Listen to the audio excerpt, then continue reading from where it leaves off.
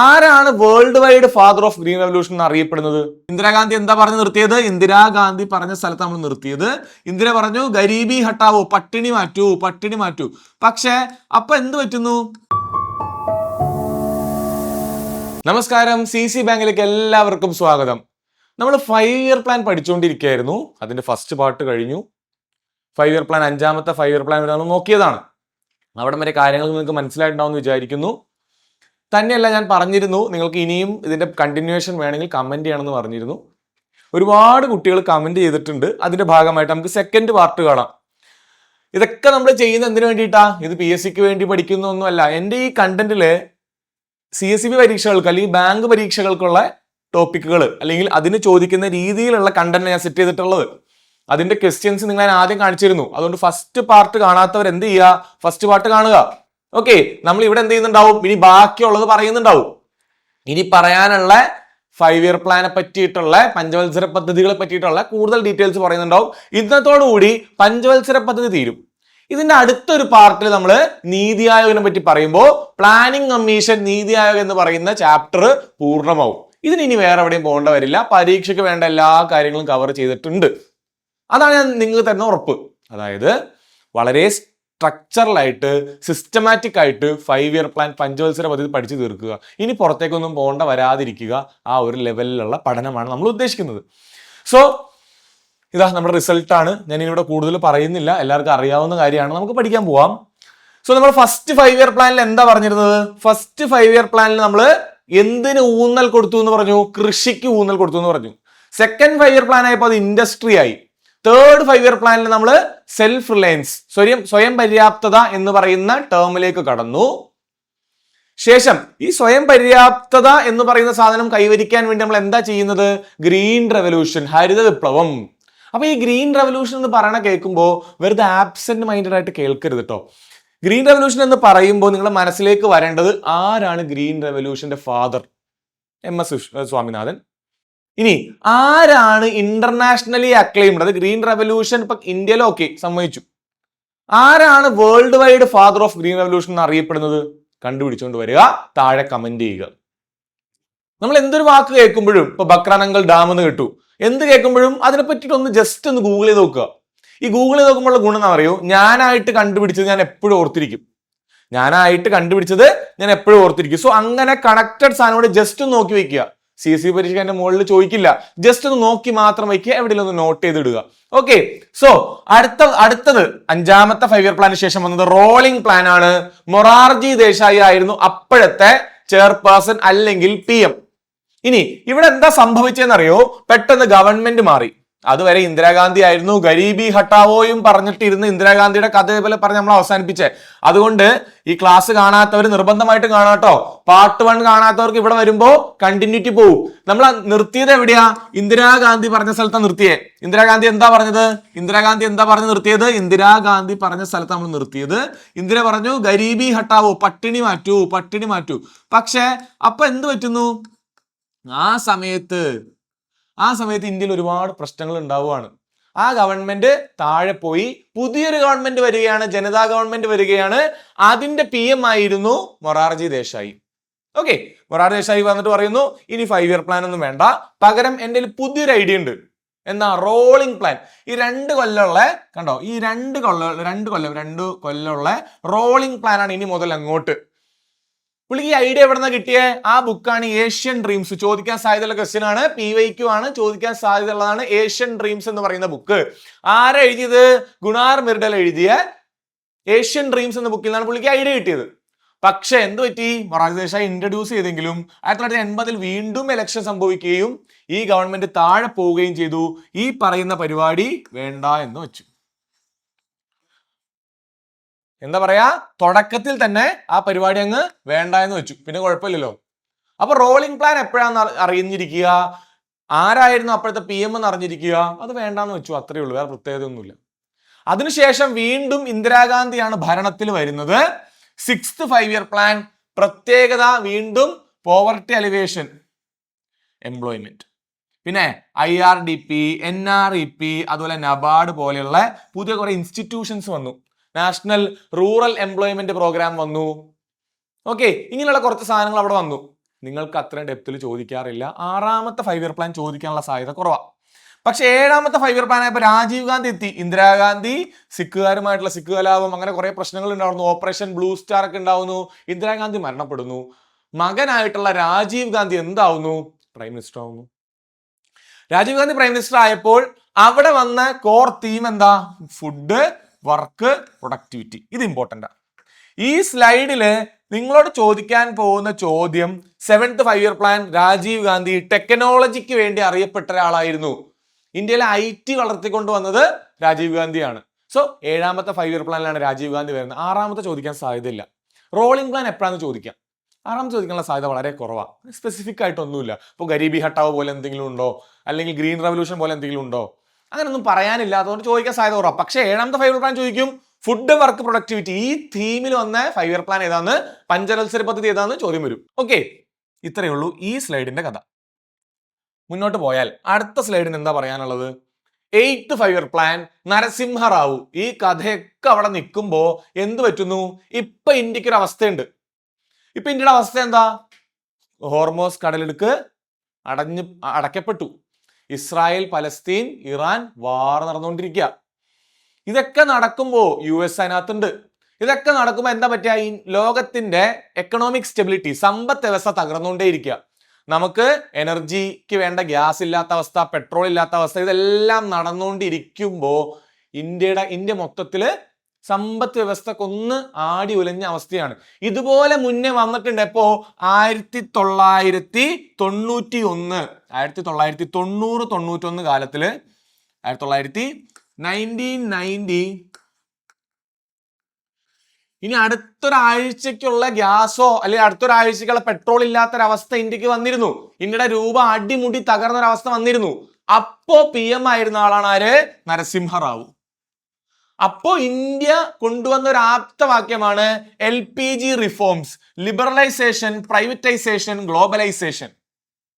Okay, liberalisation, privatisation, globalisation. ഇതൊക്കെ സംഭവിക്കുമ്പോൾ ഒരാളെ നിങ്ങൾ മറന്നുപോകരുത്. ഇതിന്റെ ഒക്കെ പുറകിൽ ഒരു ബ്രെയിൻ ഉണ്ട്, മാസ്റ്റർ ബ്രെയിൻ. ആരാന്നറിയില്ലേ? നിങ്ങൾക്ക് എല്ലാവർക്കും അറിയാമായിരിക്കും. അറിയില്ലാത്തവർ നോട്ട് ചെയ്യുക. മൻമോഹൻ സിംഗ്. അതിനുശേഷം PM ആയ അന്നത്തെ ഫിനാൻസ് മിനിസ്റ്റർ ആയിരുന്ന, അതിനു മുന്നേ പ്ലാനിംഗ് കമ്മിറ്റി ചെയർമാൻ ആയിരുന്ന മൻമോഹൻ സിംഗ്. സോ റാവു മൻമോഹൻ മോഡൽ എന്ന് അറിയുന്നതിന് നരസിംഹറാവുവിന്റെ റാവു. സോ റാവു മൻമോഹൻ, റാവു മൻമോഹൻ മോഡൽ എന്നറിയപ്പെടും. ഇത് ഇൻസ്പയർ ചെയ്തിട്ടുള്ളത് ജോൺ മില്ലർ മോഡലിൽ നിന്നാ.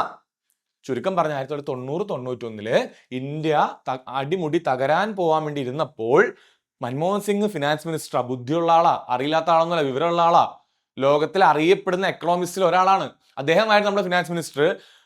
നരസിംഹറാവു മൻമോഹൻ സിംഗും കൂടെ പുതിയ അടുത്ത പ്ലാനിൽ LPG റിഫോംസ് കൊണ്ടുവന്നു.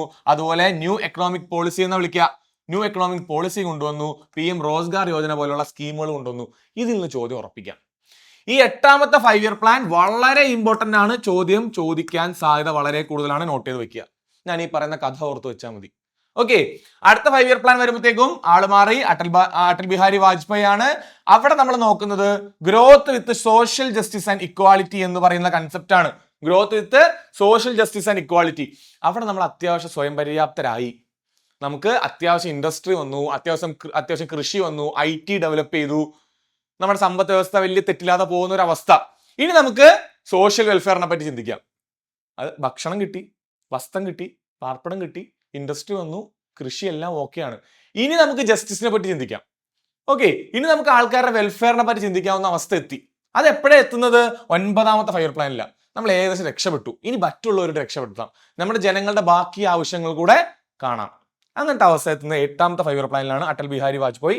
അവിടെ റൂറൽ ഡെവലപ്മെന്റ് ആൻഡ് അഗ്രികൾച്ചറിന് വീണ്ടും പ്രയോറിറ്റൈസ് കൊടുത്തു. ഇനി 10ാമത്തെ 5 ഇയർ പ്ലാൻ വരുന്നു 2002-2007. 2 PM-മാരാണ്. കാര്യം എന്താ? അടൽ ബിഹാരി വാജ്പേയി പിന്നീട് തോൽക്കുകയും അടുത്ത UPA ഗവൺമെന്റ് ആയിട്ടുള്ള മൻമോഹൻ സിംഗ് ഗവൺമെന്റ് വരികയും ചെയ്യുന്നു. ഇവിടെയും പ്രത്യേകിച്ച് ഫീച്ചേഴ്സ് ഒന്നും അവിടെ പറയുന്നില്ല. പെർ ക്യാപിറ്റ ഇൻകം, ഓരോരുത്തരുടെ ഇൻകം കൂട്ടാൻ വേണ്ടിയിട്ടുള്ള കാര്യങ്ങൾ ചെയ്തു. ചോദ്യം ചോദിക്കാനുള്ള സാധ്യത കുറവാണ്. ഈ PPT ചോദ്യം ചോദിക്കാൻ പോകുന്നത് ഏതാ? ചോദ്യം ചോദിക്കാൻ പോകുന്നത് 8ാമത്തെ 5 ഇയർ പ്ലാൻ ആയിരിക്കും. 8ാമത്തെ 5 ഇയർ പ്ലാൻ ആയിരിക്കും. Rao Manmohan model, John Miller model, ഇതെല്ലാമാണ് ചോദിക്കാൻ പോകുന്നത്. മറക്കരുത്. ഓക്കെ, മറക്കരുത്. അടുത്തത്, CSEB പരീക്ഷയ്ക്ക് പഠിച്ചുകൊണ്ടിരിക്കുന്ന നിങ്ങളുടെ പഠനം എവിടെ എത്തിയെന്ന് അറിഞ്ഞിരിക്കണ്ടേ? ഞാൻ ഏത് നിലവാരത്തിൽ എത്തിയെന്ന് അറിഞ്ഞിരിക്കണമെങ്കിൽ കോമ്പറ്റീഷൻ എന്ന് പറയുന്ന ഒരു സാധനമുണ്ട്. കോമ്പറ്റീഷൻ എന്ന് പറയുന്ന സാധനമുണ്ട്. ആ കോമ്പറ്റീഷൻ എത്രത്തോളം ഉണ്ടെന്ന് അറിഞ്ഞിരിക്കണം. എത്രത്തോളം കോമ്പറ്റീഷന്റെ മുമ്പിലാണ് ഞാൻ ഈ കളി മൊത്തം കളിക്കുന്നതെന്ന് അറിഞ്ഞിരിക്കണം. ആ കോമ്പറ്റീഷൻ അറിയണമെങ്കിൽ എൻ്റെ ചുറ്റുമുള്ളവരുടെ പ്രിപ്പറേഷൻ ലെവൽ അറിയണം. ഈ കോമ്പറ്റീഷൻ അറിയണമെങ്കിൽ ചുറ്റുമുള്ളവരുടെ പ്രിപ്പറേഷൻ ലെവൽ അറിയണം. ആ പ്രിപ്പറേഷൻ ലെവൽ എത്രത്തോളം ഉണ്ടെന്ന് അറിയണമെന്നുണ്ടെങ്കിൽ അവരുടെ കൂടെ ഒരു എക്സാം എഴുതി നോക്കണ്ടേ? ആ എക്സാം ആണ് കേരളത്തിലെ എല്ലാ കുട്ടികൾക്കും വേണ്ടി ഫ്രീ എക്സാം കൊടുക്കുകയാണ്. ഫ്രീ മോഡൽ എക്സാം മെയ് 20-ാം തീയതി. ഇത് അറ്റൻഡ് ചെയ്യുമ്പോഴുള്ള ഗുണങ്ങൾ എന്താ? ഒന്നാമത്തെ കാര്യം, നമ്മൾ ഈ മത്സരത്തിൽ നമ്മൾ എവിടെയാണെന്നറിയും. എൻ്റെ സ്ഥാനം എത്ര, ഞാൻ എവിടം വരെ എത്തിയെന്നറിയും. രണ്ടാമത്തെ കാര്യം, ചോദ്യങ്ങൾ ക്രാക്ക് ചെയ്യാൻ പറ്റുന്നുണ്ടോ? ടൈം മാനേജ് ചെയ്യാൻ പറ്റുന്നുണ്ടോ? ഓക്കെ, ഞാൻ മൊത്തത്തിൽ എവിടെയാണ് എൻ്റെ അവസ്ഥ? എനിക്ക് ചോദ്യങ്ങൾ ക്രാക്ക് ചെയ്യാൻ പറ്റുന്നുണ്ടോ? എനിക്ക് ടൈം മാനേജ് ചെയ്യാൻ പറ്റുന്നുണ്ടോ? ഇതെല്ലാം അറിയുന്നത് എന്നെപ്പറ്റി ഞാനൊന്ന് മനസ്സിലാക്കാൻ പോകുന്നത് ഒരു പരീക്ഷ എഴുതുമ്പോഴാണ്.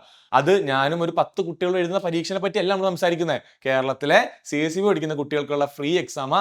എല്ലാവരും എഴുതി നോക്കുക, അവസരം നഷ്ടപ്പെടുത്താതിരിക്കുക. അപ്പൊ നമുക്ക് അറിയാൻ പറ്റും ഞാനും അവനും തമ്മിൽ എത്ര അന്തരമുണ്ട്, അല്ലെങ്കിൽ ഞാൻ ഈ റേസിൽ എവിടെയാണ്, ഈ മത്സരത്തിൽ ഞാൻ എവിടെയാ. ഞാൻ ഒരുപാട് പിറകിലാണെങ്കിൽ പഠിച്ചു തുടങ്ങാം, ഒരുപാട് മുന്നിലാണെങ്കിൽ റിവൈസ് ചെയ്ത് കൺസിസ്റ്റന്റ് ആയിട്ട് നിൽക്കാൻ ശ്രമിക്കാം. ഓക്കെ, കൂടുതൽ ഞാൻ പറയുന്നില്ല. എല്ലാവരും എഴുതണം, ആരും അവസരം കളയരുത്. എപ്പോഴും കിട്ടുന്ന അവസരമല്ല, പിന്നെ ഒന്ന് ആലോചിച്ചാൽ കിട്ടണമെന്ന് ഒരു നിർബന്ധവും ഇല്ല. അടുത്തത് തീരാൻ പോവാണ്. 2 5 ഇയർ പ്ലാനുകൾ ഇനിയുള്ളൂ.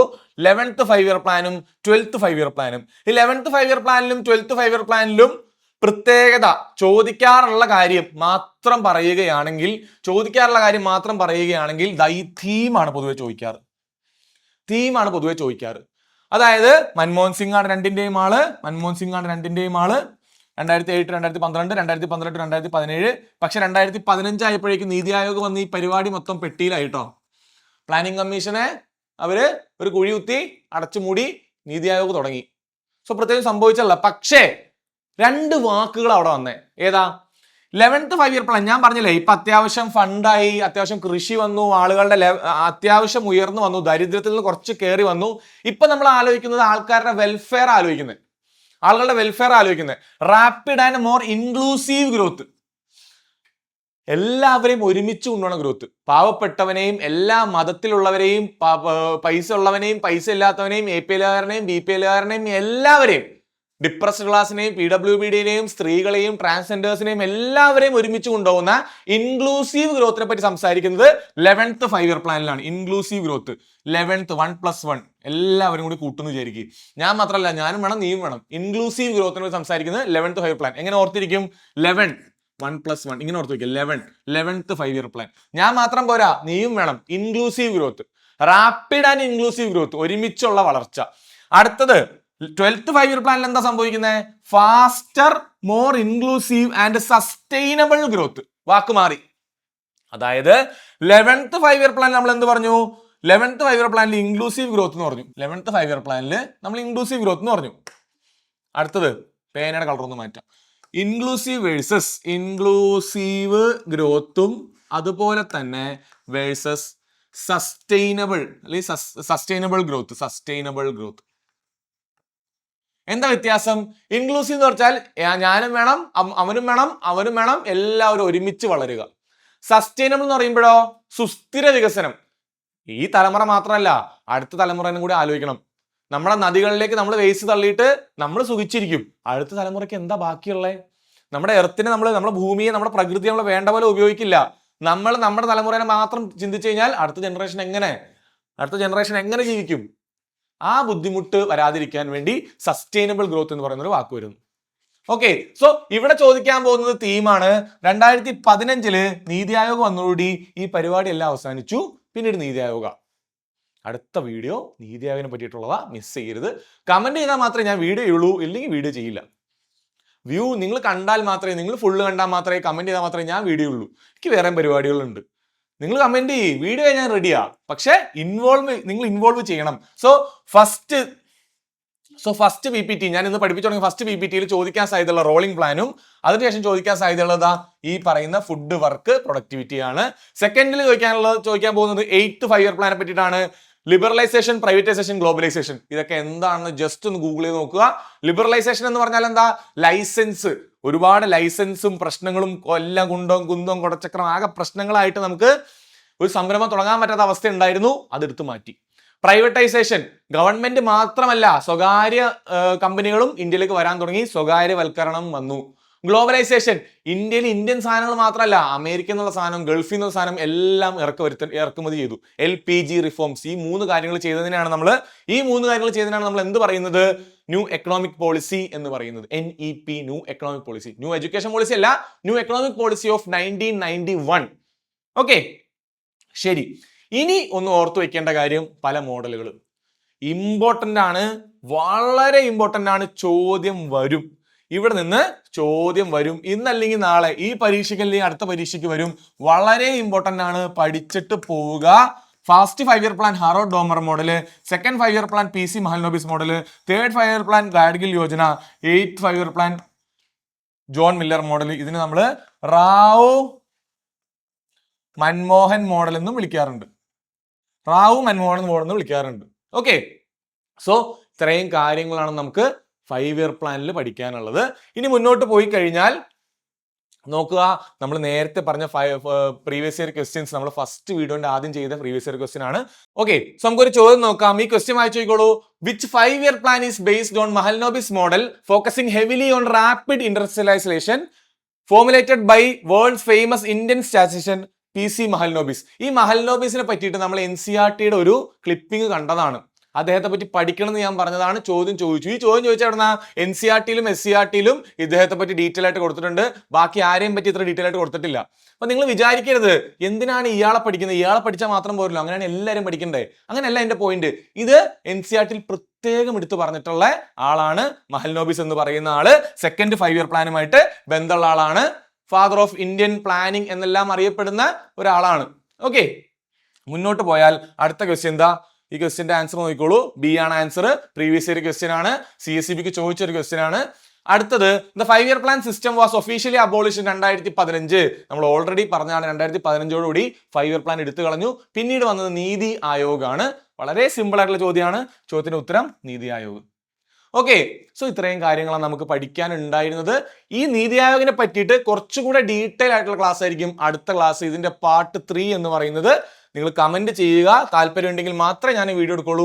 കമന്റ് ചെയ്യുക. ഇനി ഇതുപോലെ GK പഠിച്ചുകൊണ്ടിരുന്നിട്ട് കാര്യമുണ്ടോ? ആകെ 10 ചോദ്യങ്ങളെ ഈ ഭാഗത്ത് നിന്ന് വരുന്നുള്ളൂ, ബാക്കി നിങ്ങളുടെ കോർ ഏരിയ ആണ്, അതും പഠിക്കണം. ഇതെല്ലാം സിസ്റ്റമാറ്റിക് ആയിട്ട് പ്രീവിയസ് ഇയർ ക്വസ്റ്റ്യൻ വെച്ചിട്ട് ഒരു മെന്റർ സഹായത്തോടു കൂടി നമുക്ക് പഠിക്കാം. ഏറ്റവും പുതിയ ബാച്ച് CC ലോഞ്ച് ചെയ്തിട്ടുണ്ട്. CC ബാങ്കിന്റെ കീഴിൽ CSEBയുടെ 60 ഡേയ്സ് ക്രാഷ് ബാച്ച് ആണ്. ജോയിൻ ചെയ്യാൻ താല്പര്യമുള്ളവർ, മെന്റർഷിപ്പിന്റെ സഹായത്തോടെ പഠിക്കാൻ താല്പര്യമുള്ളവർ, എക്സ്പെർട്ട് ക്ലാസ്സുകൾ, ലൈവ് ക്ലാസ്സുകൾ, മോക്ക് ടെസ്റ്റുകൾ എല്ലാം ഈ ബാച്ചിൽ ഒറ്റ സ്ഥലത്ത് തന്നെ നിങ്ങൾക്ക് കിട്ടും. മുകളിൽ കാണുന്ന നമ്പറിൽ വിളിക്കുക. ഇനി ആരെങ്കിലും CCയെ പറ്റി അറിയാത്തവരുണ്ട്, ഈ ആപ്പ് ഡൗൺലോഡ് ചെയ്യാത്തവരുണ്ടെങ്കിൽ ഈ ആപ്പ് ഡൗൺലോഡ് ചെയ്യുക. Daily current affairs, free mock ടെസ്റ്റുകൾ, ഫ്രീ നോട്ട്സ്, കണ്ടന്റ്സ് എല്ലാം ഈ ആപ്പിൽ അവൈലബിൾ ആണ്. സോ കമന്റ് ചെയ്യുക. ഇനിയും ക്ലാസ് വേണമെന്നുണ്ടെങ്കിൽ കമന്റ് ചെയ്യുക. ക്ലാസ് ഇഷ്ടപ്പെട്ടെങ്കിൽ കമന്റ് ചെയ്യുക. എന്നാൽ മാത്രമേ അടുത്ത വീഡിയോ ഉള്ളൂ. ലൈക്ക് ചെയ്യുക. ഫ്രീ ഗ്രൂപ്പിന്റെ ലിങ്ക് ഈ വീഡിയോ ഡിസ്ക്രിപ്ഷനിൽ കൊടുത്തിട്ടുണ്ടാവും. എല്ലാവർക്കും എൻ്റെ best of luck. Thank you.